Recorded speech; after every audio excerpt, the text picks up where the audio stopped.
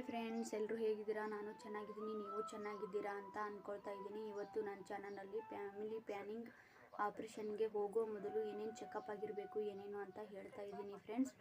ನನಗೂ ಇವಾಗ 2 ಮಕ್ಕಳಾಯಿತು, ಒಂದು ಗಂಡು ಮಗು ಒಂದು ಹೆಣ್ಣು ಮಗು ಆಯಿತು. ಅದಕ್ಕೆ ಫ್ಯಾಮಿಲಿ ಪ್ಲ್ಯಾನಿಂಗ್ ಆಪ್ರೇಷನ್ ಮಾಡಿಸ್ಕೊತಾ ಇದ್ದೀನಿ ನಾನು.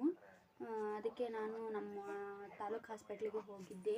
2 ದಿನ ಲಾಗ್ ಫ್ರೆಂಡ್ಸ್, ಇದು 2 ದಿನ ಹೋಗಿ ಚೆಕಪ್ ಎಲ್ಲ ಮುಗಿಸ್ಕೊಂಡು ಬಂದೆ. ಇಂಥ ದಿನ ಬನ್ನಿ ಅಂತ ಫೋನ್ ಮಾಡ್ತಾರಂತೆ ಅವರು, ಆವಾಗ ಹೋಗಬೇಕು ಆಪ್ರೇಷನ್ನಿಗೆ. ಇವಾಗೆಲ್ಲ ಚೆಕಪ್ ಆಯಿತು, ಎಲ್ಲ ನಾರ್ಮಲ್ ಇದೆ. ಏನೇನು ಚೆಕಪ್ ಮಾಡಿಸ್ಬೇಕು ಏನೇನು ಅಂತ ಹೇಳ್ತೀನಿ ಫ್ರೆಂಡ್ಸ್. ಕೊನೆಯವರೆಗೆ ವಿಡಿಯೋ ನೋಡಿ. ಈ ವಿಡಿಯೋ ಇಷ್ಟ ಆದರೆ ಲೈಕ್ ಮಾಡಿ, ಶೇರ್ ಮಾಡಿ, ಕಮೆಂಟ್ ಮಾಡಿ, ಸಬ್ಸ್ಕ್ರೈಬ್ ಮಾಡ್ಕೊಳ್ಳಿ. ಪ್ಲೀಸ್ ಸಪೋರ್ಟ್ ಮಾಡಿ ಫ್ರೆಂಡ್ಸ್. ನೋಡ್ತಾ ಹೇಳ್ತೀನಿ ಫ್ರೆಂಡ್ಸ್ ಏನೇನು ಅಂತ. ನನಗೂ ಹಾಸ್ಪಿಟ್ಲಿಗೆ ಹೋಗೋ ಮೊದಲು ಏನೇನು ಅಂತ ಚೆಕಪ್ಪು ಏನೇನು ಮಾಡ್ತಾರೋ ಅಂತ ಟೆನ್ಷನ್ ಆಗಿತ್ತು. ನನಗೂ ಗೊತ್ತಿರಲಿಲ್ಲ. ನನಗೂ ಯೂಟ್ಯೂಬಲ್ಲಿ ಸರ್ಚ್ ಮಾಡಿದಾಗ ಯಾರೂ ಅಷ್ಟೊಂದು ಮಾಹಿತಿ ಕೊಡಲಿಲ್ಲ, ಏನೇನು ಚೆಕಪ್ ಮಾಡಿಸ್ಬೇಕು ಏನೇನು ಅಂತ. ಅಲ್ಲಿ ಹಾಸ್ಪಿಟ್ಲಿಗೆ ಹೋಗಿ ಎಲ್ಲ ಕೇಳಿದ ಮೇಲೇ ಗೊತ್ತಾಯಿತು. ಅದಕ್ಕೆ ನಾನು ನಿಮಗೆ ಹೇಳ್ತಾ ಇದ್ದೀನಿ ಫ್ರೆಂಡ್ಸ್. ನೋಡಿ ಏನೇನು ಚೆಕಪ್ ಮಾಡಿಸ್ಬೇಕು ಏನೇನು ಅಂತ. ಹಾಸ್ಪಿಟ್ಲಿಗೆ ಹೋದ್ವಿ ಫ್ರೆಂಡ್ಸ್. ಅಲ್ಲಿ ECG ಮಾಡಿಸಿ ಅಂತ ಹೇಳಿದರು. BP ಅದು ಎಲ್ಲ ನೋಡಿದರು. ಆಮೇಲೆ ECG ಮಾಡಿಸಿ ಅಂತ ಹೇಳಿದರು. ECG ಮಾಡಿಸಿದ್ವಿ. ಆಮೇಲೆ ಸ್ಕ್ಯಾನಿಂಗ್ ಮಾಡಿಸಿ ಅಂದರು. ಸ್ಕ್ಯಾನಿಂಗು ಮಾಡಿಸಿದ್ವಿ. ಆಮೇಲೆ ಬ್ಲಡ್ ಚೆಕಪ್ ಅಷ್ಟೇ. ಇವು ಅಷ್ಟೇ ಚೆಕಪ್ ಆದವು. ಬ್ಲಡ್ ಚೆಕಪ್ ಆಗಲಿಲ್ಲ ಫ್ರೆಂಡ್ಸ್. ಅದಕ್ಕೆ ಮತ್ತೆ ಮರುದಿನ ಬರಬೇಕು ಅಂತ ಹೇಳಿದರು.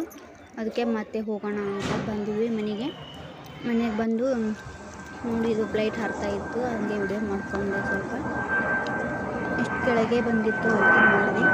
ಮಕ್ಕಳನ್ನೆಲ್ಲ ಅಲ್ಲಿ ಊರಿಗೆ ಕಳಿಸಿ ಬಂದಿದ್ದೆ. 2 ದಿನ ಅಲ್ಲೇ ಇದ್ದರು.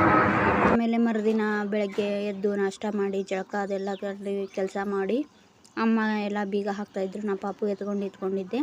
ಮತ್ತು ಹೋಗಿ ಬ್ಲಡ್ ಚೆಕಪ್ ಮಾಡಿಸಿದ್ವಿ. ರಿಪೋರ್ಟ್ ಬರೋಕೆ ಇನ್ನೂ ಲೇಟ್ ಆಗುತ್ತೆ ಅಂದರು. ನೋಡಿ ತುಂಬಾ ರಶ್ ಇತ್ತು. ಆಮೇಲೆ ಬ್ಲಡ್ ಚೆಕಪ್ ಅದೆಲ್ಲ ಕೊಟ್ಟು ಕೂತ್ಕೊಂಡು ವೇಟ್ ಮಾಡಿದ್ವಿ. ನಾಷ್ಟ ಅದೆಲ್ಲ ಮಾಡ್ಕೊಂಬಂದು ಕೂತ್ಕೊಂಡ್ವಿ. ಆಮೇಲೆ ಊರಿಗೆ ಬಂದ್ವಿ ಫ್ರೆಂಡ್ಸ್. ನೋಡಿ ಎಲ್ಲ ನಾರ್ಮಲ್ ಇದೆ ಅಂತ ಹೇಳಿದರು. ಎಲ್ಲ ನಾರ್ಮಲ್ ಇದೆ, ಏನು ಪ್ರಾಬ್ಲಮ್ ಇಲ್ಲ, ಮಾಡ್ತೀವಿ ಅಂತ ಹೇಳಿದರು. ಏನೇನು ಮಾಡಿದರು ಅಂದರೆ ನೋಡಿ, ಈ ಥರ ಚೀಟಿಯಲ್ಲಿ ಎಲ್ಲ ಬರೆದಿದ್ರು ಬ್ಲಡ್ ಚೆಕಪ್ಪಿಂದು. ಬ್ಲಡ್ಡು 10 ಪಾಯಿಂಟ್ ಇದೆ ಅಂತೆ ಫ್ರೆಂಡ್ಸ್. ನೋಡಿ ಈ ಥರ ಎಲ್ಲ ಚೆಕ್ ಮಾಡಿ BP ECG ಮಾಡಿಸಿದ್ರು. ಆಮೇಲೆ ಸ್ಕ್ಯಾನಿಂಗ್ ಮಾಡಿಸಿದ್ರು. ಆಮೇಲೆ ಬ್ಲಡ್ ಚೆಕಪ್ ಮಾಡಿಸಿದ್ರು. ಎಲ್ಲ ಮಾಡಿ ಆಮೇಲೆ ಹೇಳಿದರು ಮಾಡ್ತೀವಿ ಅಂತ.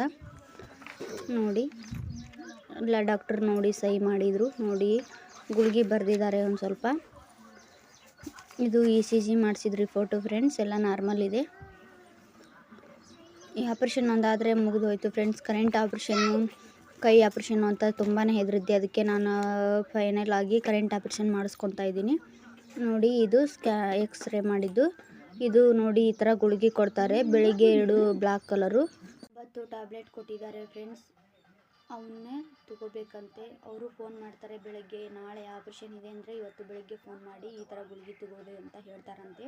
ಅಲ್ಲಿವರೆಗೂ ಗುಳಿಗೆ ತಗೊಳೋ ಹಾಗಿಲ್ಲ, ಹಾಗೆ ಇಡಬೇಕು. ಅವ್ರು ಫೋನ್ ಮಾಡಿದ್ಮೇಲೆ ಗುಳಿಗೆ ತೊಗೊಂಡು ಹಾಸ್ಪಿಟ್ಲಿಗೆ ಹೋಗಬೇಕಂತೆ ಫ್ರೆಂಡ್ಸ್. ಅದಕ್ಕೆ ನಾನು ಗುಳಿಗೆ ತೋರಿಸ್ತಾ ಇದ್ದೀನಲ್ಲ, ಇವು 1 ದಿನದ ಗುಳಿಗೆ ಕೊಟ್ಟಿದ್ದಾರೆ ನಮಗೆ. ನಾಳೆ ಆಪ್ರೇಷನ್ ಇದೆ ಅಂದರೆ ಇವತ್ತರಂತೆ.